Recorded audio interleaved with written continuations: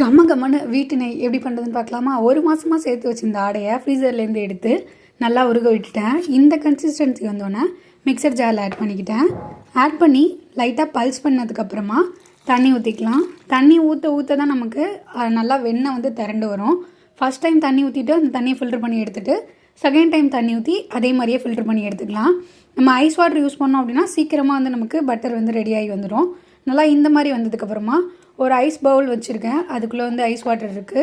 அதில் வந்துட்டு நம்ம எடுத்து வச்சுருக்க வெண்ணெயை சேர்த்துக்கலாம். இந்த பாருங்கள், சூப்பராக வந்து வெண்ணெய் வந்து நமக்கு ரெடியாகி வந்துடுச்சு. அப்படியே ஒரு கடாயை லோ ஃப்ளேமில் வச்சுட்டு நம்ம எடுத்துருக்க வெண்ணெயெல்லாம் அப்படியே கடாயில் சேர்த்துக்கலாம். லோ ஃப்ளேம்லேயே இருந்தால் தான் சீக்கிரமாக கருகாமல் இருக்கும்.